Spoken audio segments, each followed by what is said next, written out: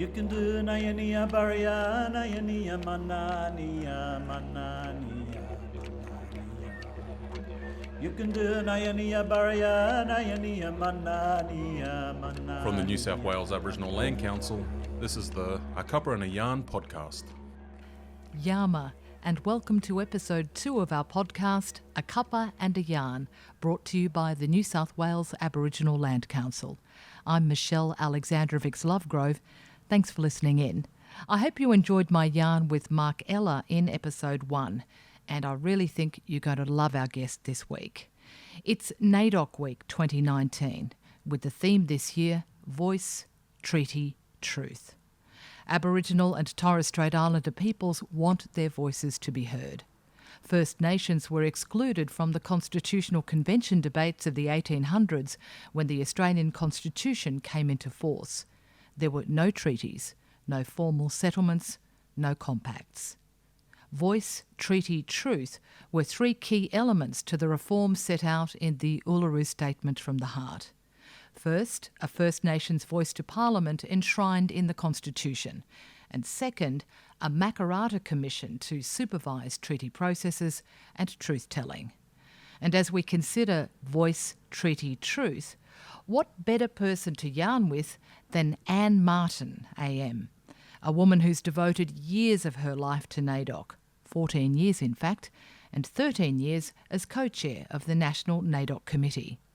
Anne is a Yuin woman, born and bred in Perouse in Sydney, and is the director of the Tjabal Indigenous Higher Education Centre at the Australian National University. Anne's guided scores of young Aboriginal and Torres Strait Islander students through university, both at ANU and at the University of New South Wales. She's the director who will cook up pots of slow-cooked soups and stews for the students during winter, who ensures they're correctly guided and supported through university life, who's mothered 6 children, is grandmother to 15, and who was integral to the powerful NAIDOC themes of the past decade plus. I really hope you enjoy A Cuppa and a Yarn with Anne Martin. You can do Nayania Baria, Nayania Manania, Manania. Anne Martin, welcome to the Cuppa and a Yarn podcast from New South Wales Aboriginal Land Council. Thanks for sparing the time this NAIDOC week. Absolutely delighted to spend time with you on a glorious Canberra day. It being NAIDOC week, last year, because of Her We Can being such an iconic year for NAIDOC. The National Committee work with some absolutely wonderful people who give freely of their time to come up with themes that will resonate across the nation, bring us together and recognise the amazing achievements from our elders to our young ones. It's NAIDOC Week is just glorious, but it's also that point in time where we go back and we remember our history and why we're here. And even though we may be celebrating, we never forget that this came from a rights movement. I think you're spot on with remembering the roots. We celebrate, we can enjoy it. I know there's a lot of parties and people love getting glammed up and stuff, but we're celebrating how far we came, but we can't forget where we've come from. I think every year when we come into NAIDOC Week, I always pause to remember those who have gone before us and left us such great legacies, and to know that the fights were not easy. The fighting's never ended, but the generosity of spirits, from our elders, those that are present, those that are gone, you have to remember that each and every day, but in NAIDOC Week especially, because while you may get glammed up and have, these wonderful awards and these celebrations across our communities, what I love about NAIDOC is the fact that out across the country, in our communities, there are all these wonderful, wonderful events that take place, and people come together and there's a rejoicing. Mm-hmm. There's a rejoicing. And it's not a day. it's a week where they think this, but we celebrate each and every day of each and every year, our survival. But I think that the national awards, I think that's a great opportunity for people to be nominated, put forward, and to be acknowledged for the work that they have undertaken. And, they have carried, so much responsibility. They have done amazing things, our Person of the Year, our Lifetime Achievers. Whilst they may be the ones that are, glammed up and that for the night and getting these awards and quite unaware that they are getting the award, I think that it's everybody across our communities. Like my grandchildren are dancing every day up in Sydney this week, welcoming people at Sydney Airport, and I'm just thinking, wow, you're doing what, my grandchildren doing what their mother did, when they were in the La Perouse dance group and that. But I'm thinking, people are coming in and they're getting off those planes and we're celebrating NAIDOC and the signage is everywhere. And here's these amazing, talented young kids, not just dancing, but practicing culture, for the eyes of everybody to see. And there's a rejoicement in our rich culture, rich heritage. It's something that makes your heart sing, but it should not be just something that happens within that little finite moment. It's something that everybody across the nation should be thinking about each and every day of the year. But we're still a ways to go there. Yeah, that's what I was just going to ask you, whether being so deeply involved in NAIDOC Week strategically for so many years, have you seen any change in even, for example, that finite moment just becoming bigger? I think it is. I think when people start to come on a journey, lessons are learned. For each step we take, we may take a couple backwards, but as a grandmother now of 15, I want to know that as we move forward there are changes and that people are listening. And when we have a theme that is picked up within our schools, and like when we talk about, our languages and people can practice and learn things, and then we have, song lines and people get to understand how very intrinsic it is to our being, our song lines. And I think, isn't it great that they've learned something that they didn't know before? And they celebrate that with us and they've learned something. And it may be not where we want everybody to be, but it's still a part of the journey, And will we ever get there? Probably not in my lifetime, but I would hope within the next generation and my grandchildren that we will see the change that we deserve. And it shouldn't be about fighting for the change. It should be about those people walking with us to make the change. Land Council members, are your contact details up to date? Have you moved home recently? Got a new post office box? Are you even sure that your address, your phone number, maybe your email address has been entered into the members' registry correctly? Well, there's only one way to be certain, and now's the best time to do it. The NSWALC election is coming up soon on November 30. So, having your contact details up to date has never been more important. Contact your LAUC today. It might just save you a lot of hassle tomorrow. Being on the National NAIDOC Committee for so many years, was it time for you to step into... It was time. But it was also the theme in that year, because of Her We Can. Yes.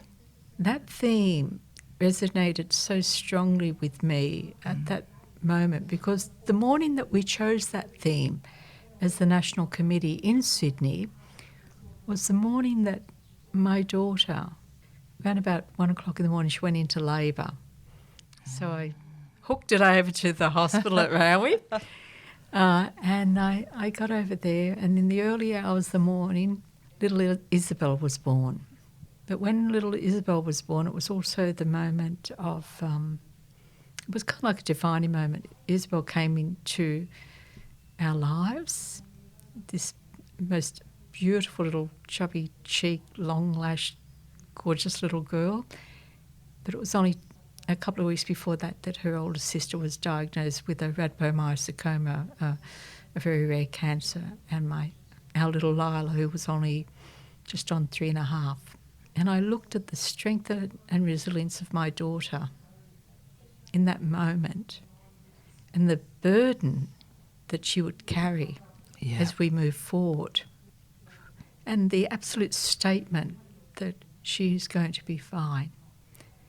So she went from one part of the hospital to the next part for the next 18 months with little Isabel being raised in the hospital. And I looked at her and I thought, wow, the theme really was meant to be back then, because when I walked into that meeting that morning, you know, you get around and you're talking, there's lots of, you know, comments being thrown in the room and you go, oh, yeah, okay, yeah, no, that's not going to work. But to me, when I walked in the room that morning, it had to be about our women, because I had witnessed that morning what our grandmothers, our aunts, our ancestors, the burdens that they carried, and they never gave up. And I thought, it's time that we acknowledged all of that. And so to me, because of her, it took on a life of its own. Sure did. And, you know, that wonderful conference that was organised, I mean, that just, I just cry thinking about that. But I saw women that came from across the country that I hadn't seen. I saw young Dolly from the Northern Territory, and I hadn't seen Dolly since she was a little girl. And her mum and I are great mates from when we were young up in the Territory. And I'm thinking, this has brought us all together.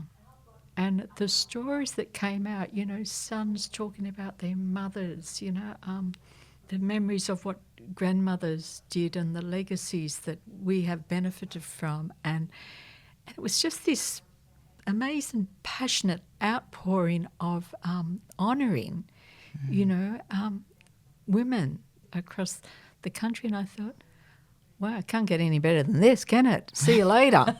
I'm gone. And it's a perfect way to cap off such a wonderful period of time being at the helm.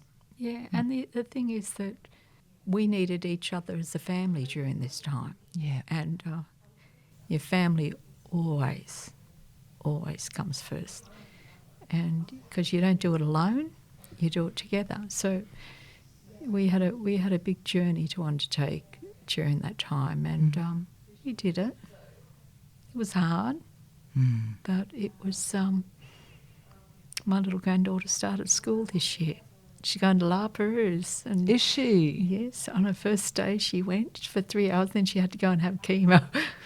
But she started school. Yeah. And I just think, you know, for my daughter and my son-in-law and you know, her other grandparents, you know, Dave and Diane, such an amazing family. You know, such amazing fighters. And I think she's a little warrior, you know, and I just think how lucky are we that, you know, we get to be able to laugh and rejoice at this point in time. So that was a good thing. It was pretty horrible. Oh, pretty horrible. Absolutely. You know, because, you know, along with great happiness comes great sadness and your ups and your downs. But you know what? Resilience and understand, and a strong community, a really, really strong community that really gets behind you and understands what's going on.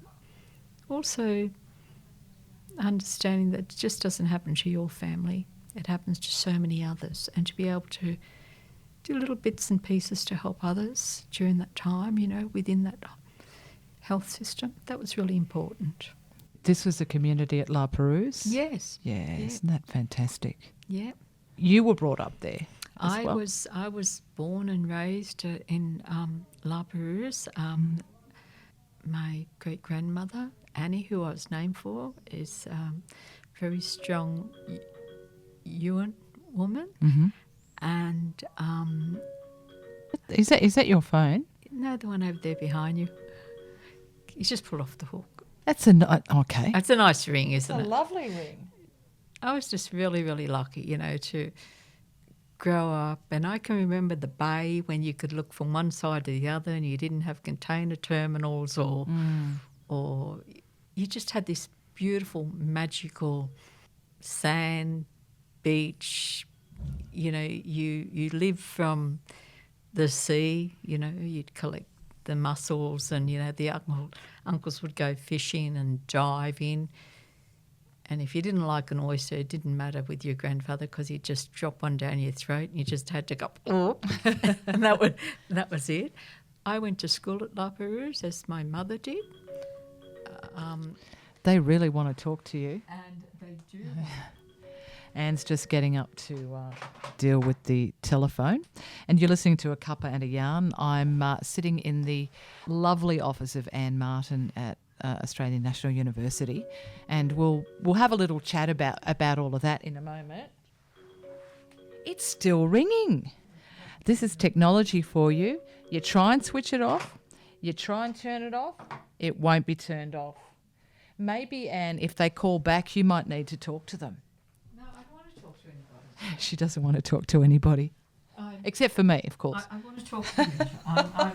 I'm in a space and there's other phones in the office that they can ring. They can call, yes. And it might be just somebody trying to give me more work, which I don't No, want. and we don't want to answer that phone call.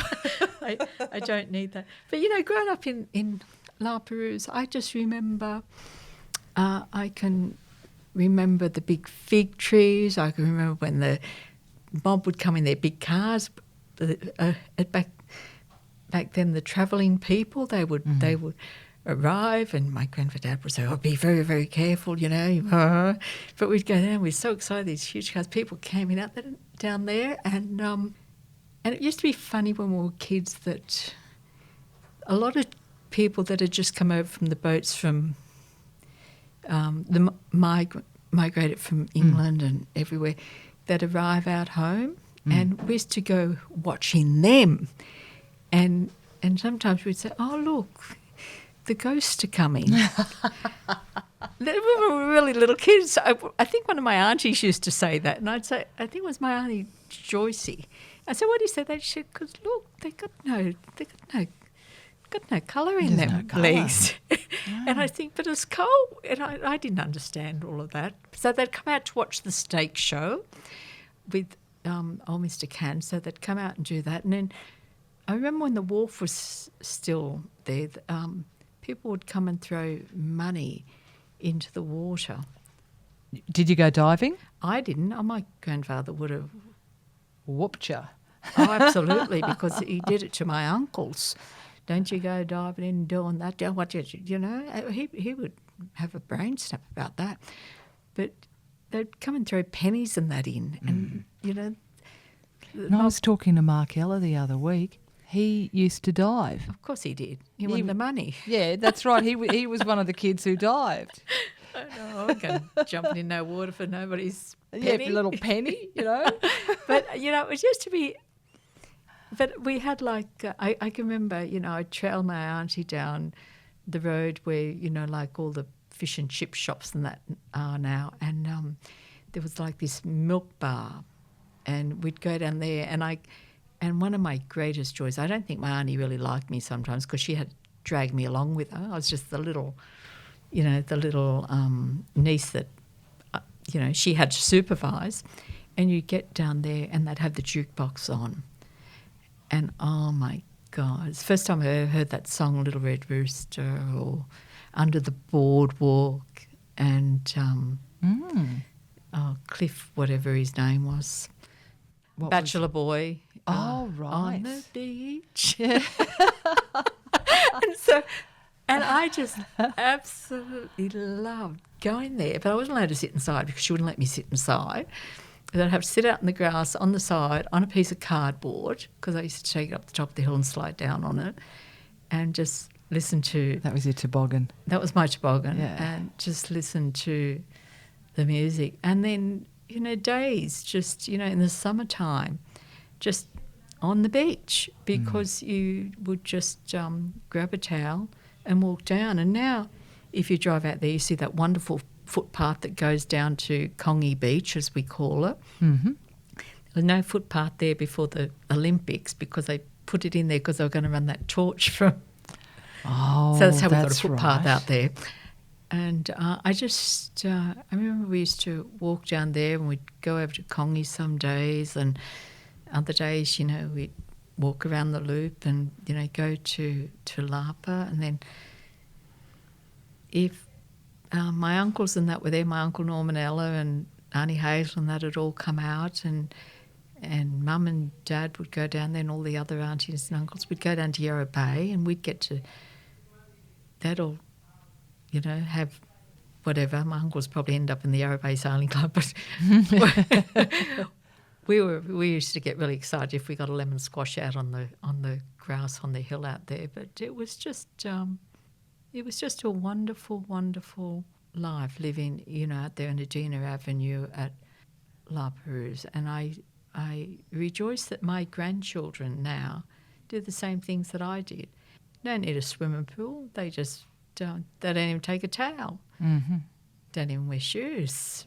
It would have burned my feet if I was walking on that bitumen, just at the bottom. But no, they just straight across, straight into the water. Summertime, it's great.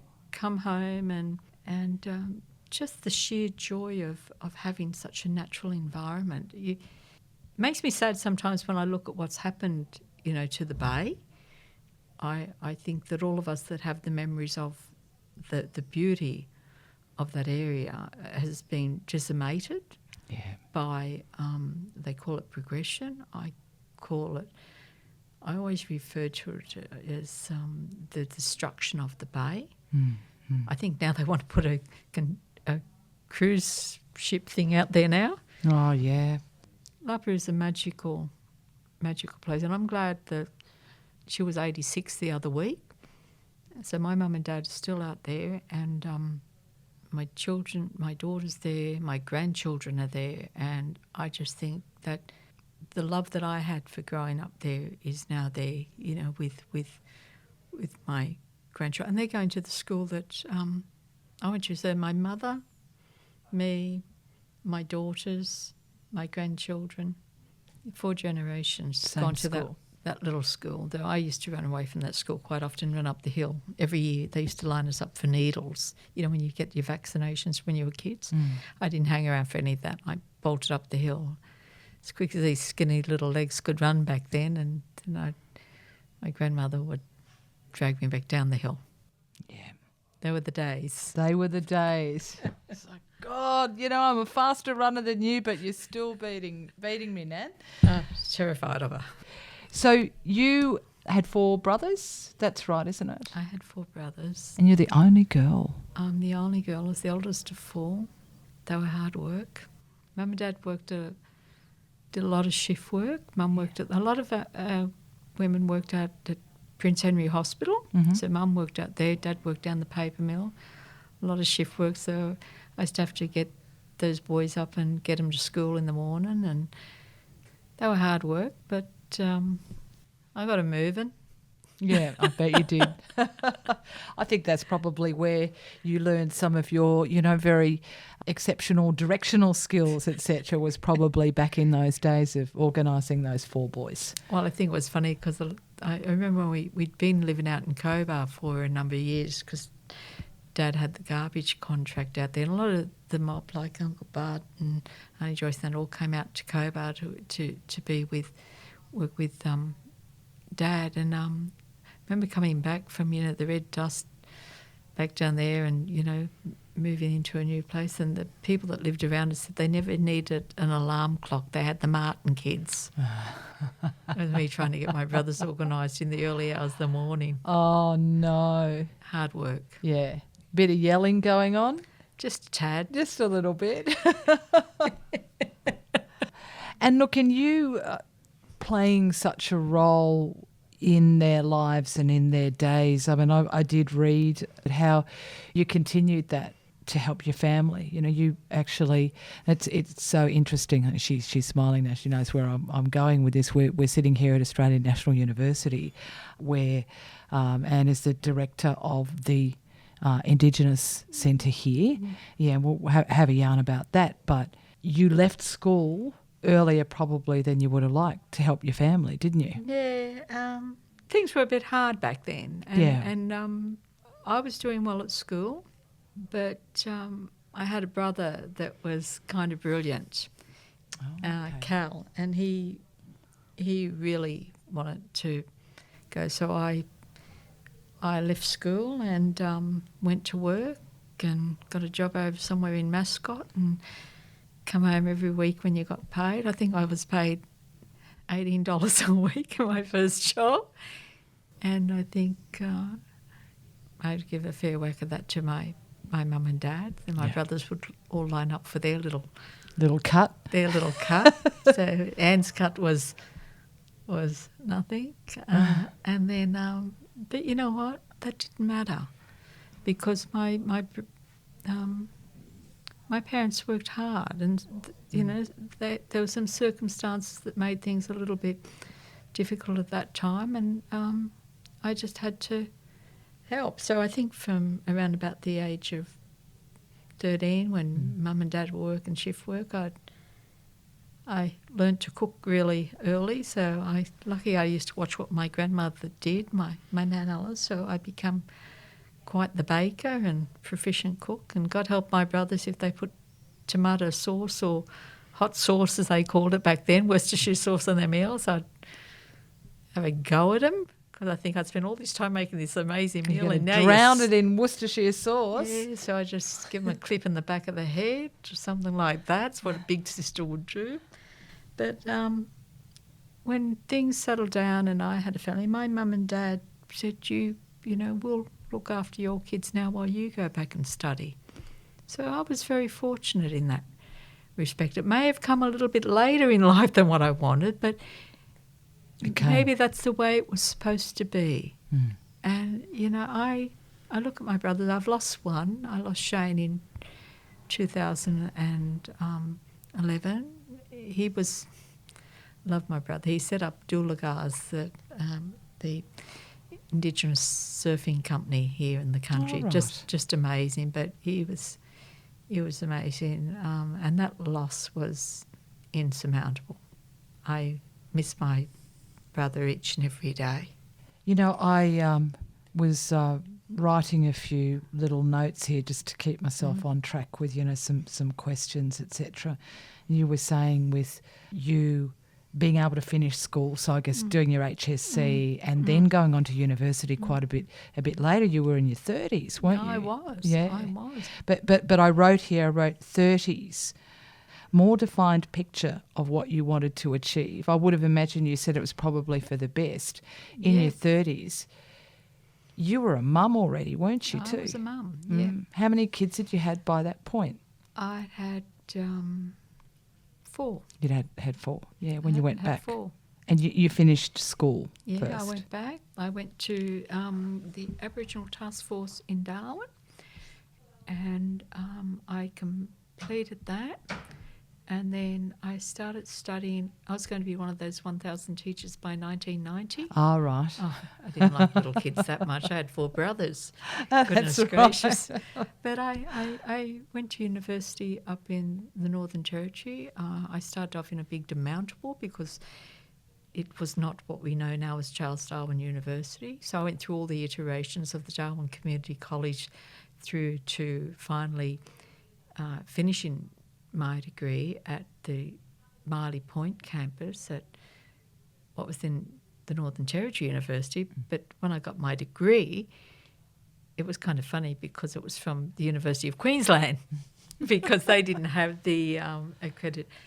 Oh, my God, I thought I was going to, I did my studies up in the Northern Territory and then look out, I'm getting a piece of paper from Queensland. Okay. So they can claim me now, even though I did it. Now, how did you get to Darwin? Why were you in Darwin? Was it with you?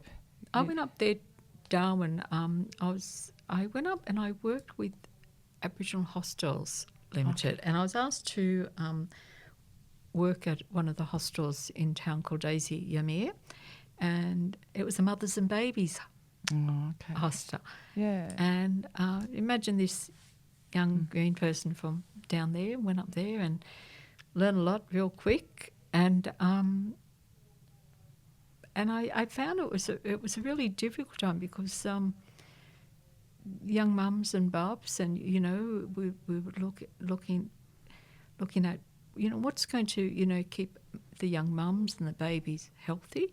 So we had a program where mums would come in X amount of weeks before babies were due, and then go home X amount of weeks later, and it was just a really a great little program that we worked with with the NT Health Department in putting together. We had our own little clinic in the hostel and everything, and I learned so much in that time. I learned a lot, but both culturally, spiritually, in all sorts of ways. But I saw things that made me deeply saddened, and and I thought, how do we change these sorts of things? How do we get better, healthcare opportunities? How are we looking after, our women who are coming in to have children? How do you educate the government departments to do things in better ways? You don't educate them; you just go and have a big Barney with them. I figured that out. I remember once we needed $50,000 to fix the roof up on the hostel, and the then Chief Minister was reluctant to give it to us. So I wrote a letter down to the Shadow Minister at the time, to Susan, and Peter Bone was the Minister.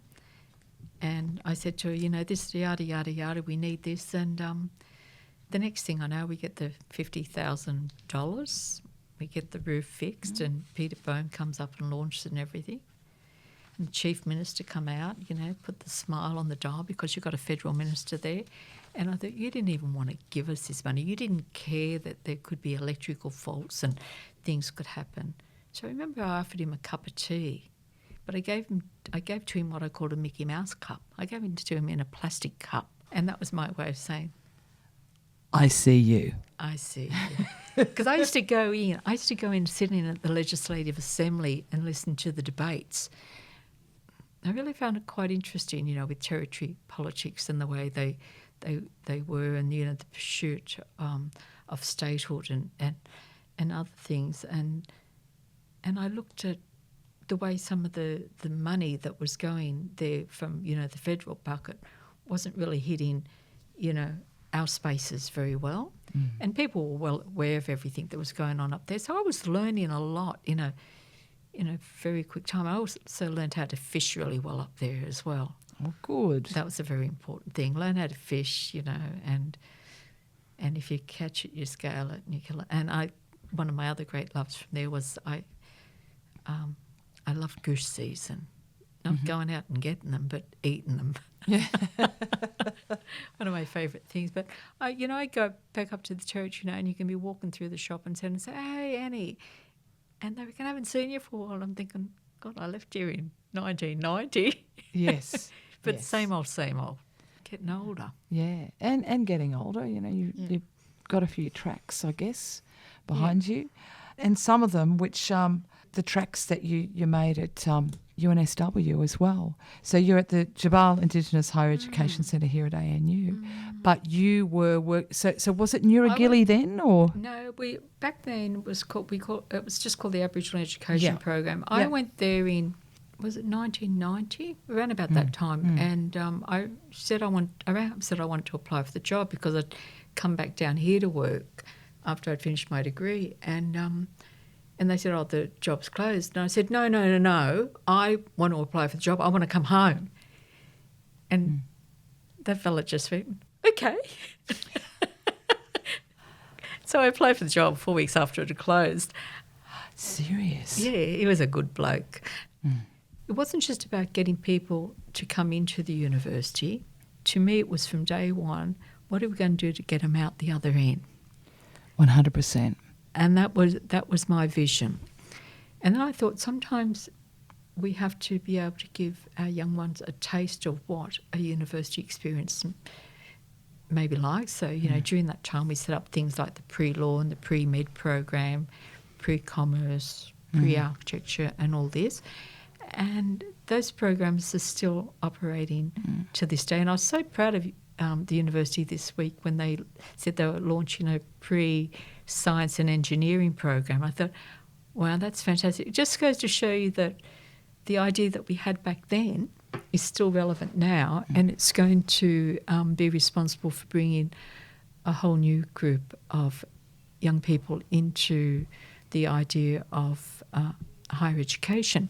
Within the Chancellery, I work with great people, in the team, and I look at the people that came to university when I was there.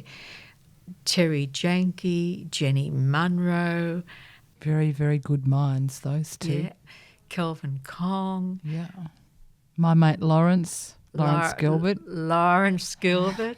Look at these grey hairs, Lawrence. Yes. They're all from you. Yeah. He said to me that he was naughty and you had to tread a very firm line with him. Yeah, that is correct. Yeah, I treat him like I treated my brothers. Yeah. Okay. All right. Scary.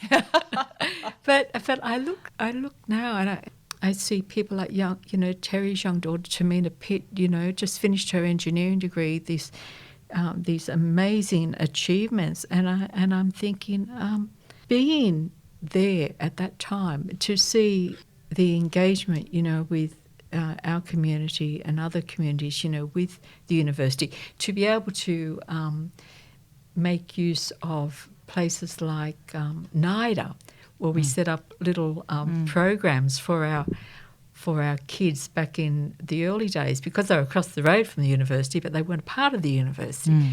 We were able to go in and say, hey, why don't we run these little programs for our kids? And I'd bring kids in from all over the place to engage with and learn and have opportunities. And if some of the young ones were coming down, like miscellaneous, Benny Grouts, and that, I remember when Ben came into NAIDA, and I thought, wow, we've got somebody from the Northern Territory, we've got young Glenn that went through, and I think they gave generously to us. And, then I said one day to him, you should identify some places here.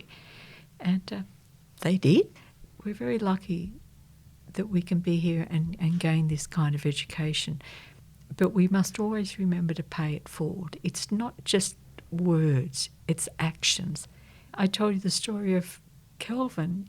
I walk into the hospital one day, my little granddaughter's, she was 3, she's 15 now, she's got cystic fibrosis, and she was going in for what they call an annual bronch, where they go in and look down in her lungs. And who's assisting the ENT surgeon but Dr. Kelvin Kong? I knew that my granddaughter was in the greatest of hands, because there was great love in that room. We talk about doctors being good doctors and great doctors. He's a great doctor, but more importantly, he's human. Yeah. Because so many people fail to be human.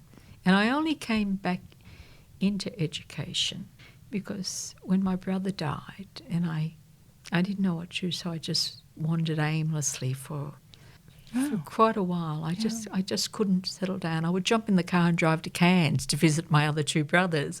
I mean, who does that? I'm going to Cairns tomorrow.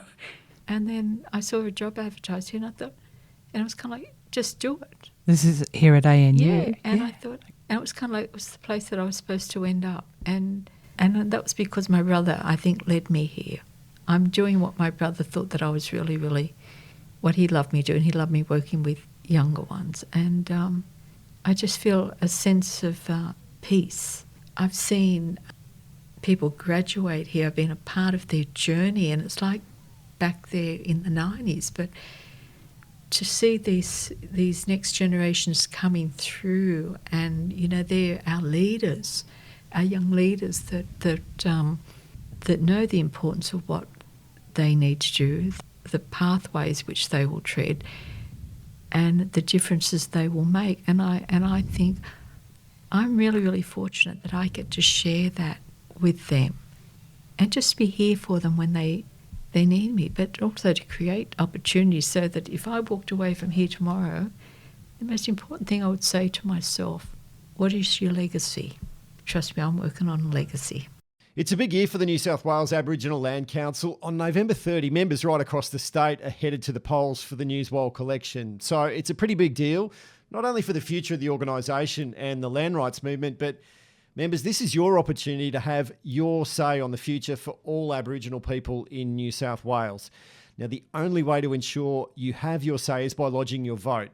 There's a few ways to do that. Postal voting is one of them, but in order to do that, you need to ensure your contact details are up to date.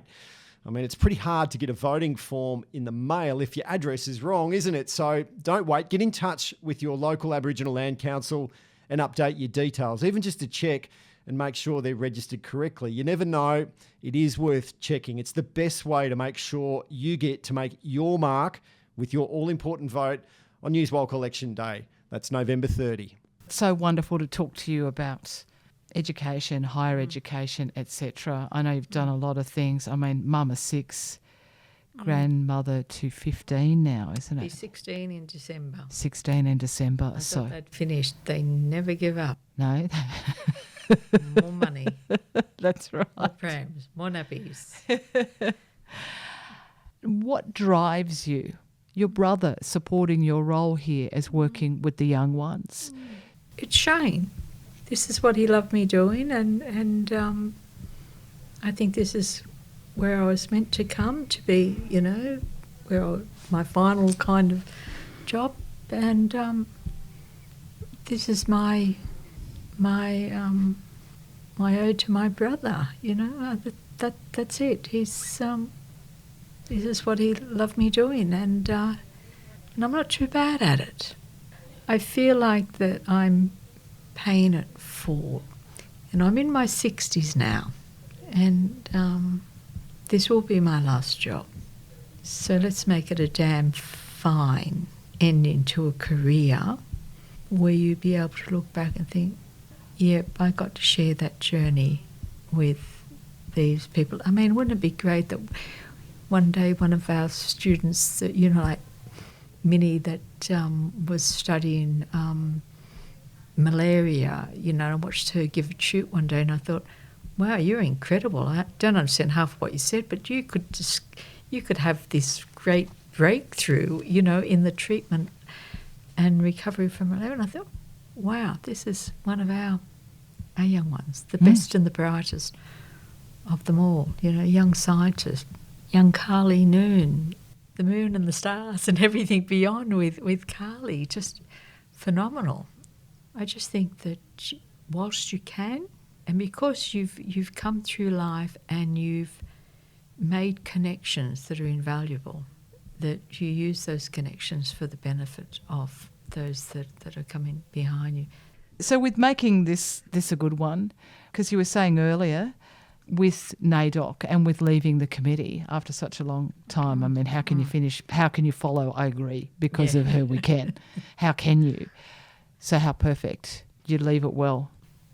Who would have thought that this little kid, and I showed you that photo this morning of me sitting in the sand dune at Lapa, I think I was probably about 3.5.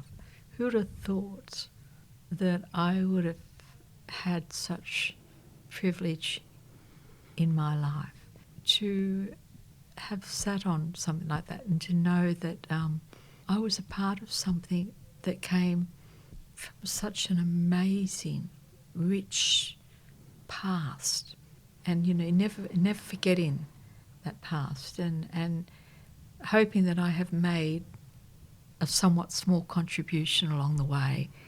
That's all there is. You can only ever strive to do your best. We're never going to be perfect. Everybody's going to have upsets, through life. But if you're given the opportunity to do something that will make people smile and rejoice and remember our history and what we want that's going to come before us, then I think that NAIDOC, kind of did that. And I just feel just incredibly honoured to have been a part of that, and will continue to be a part of that through, whatever I do as I move forward in life, but NAIDOC is just something that has evolved so much, and more and more people coming on the journey, and I just think it is about a celebration of survival. It is about never having ceded sovereignty of our country. It is everything that we all talk about. It is the voice. It is everything. And we are in I think we're in a defining moment now in our history, with our Minister for Aboriginal Affairs being one of our mob, our Shadow Minister being one of our mob. We're going to see the commonalities now that they will need to have to take us forward, not the differences, because we can't have those differences. I think I will see in my lifetime that voice to Parliament, because I think the country's ready for it. And I think that the amazing work that everybody has done over that, through the council, through Megan keeping it out there, and Pat and everybody that's come in behind it. And I'm thinking, for the words that were put in that, that talked about our children, that talked about our path, that talked about our future, it defined a new sense of hope. I believe we're on the cusp of that now, because I make a habit of going and having a read back on things, and I'm thinking we're going to be on the cusp of change, but that change should not be superficial. It should be change that keeps our families strong, keeps them together, but also gives control of our lives back to us, not to what people think we should be doing, but what we think should be happening. Whether that's through research. Research should not be coming from the top down. It should be coming from the bottom up. What do you need us to do for you? What is going to make a difference in your communities?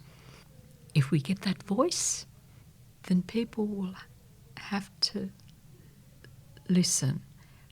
It's time that government started to listen, not to lay blame. It's time that our young ones were not seen as being, they're just the mob that we're going to lock up.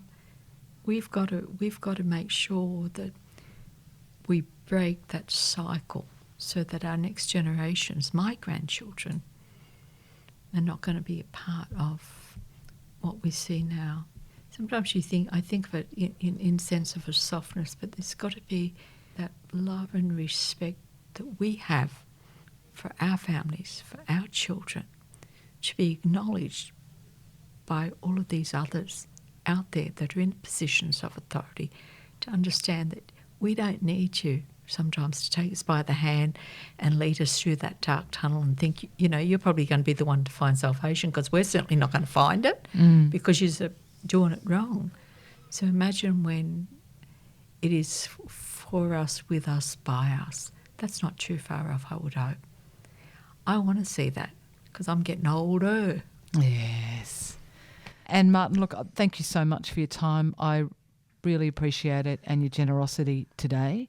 We ate together. You guys gave us some lovely lunch, and we've yarned together. And I hope you have a very, very happy rest of your NAIDOC. I am, and this has been a bit of a highlight of it. And to everybody, always rejoice in our celebration of this week, but never forget where we come from and why we're here. You can do Nayania Baraya, Nayania Manania, Manania, Manania.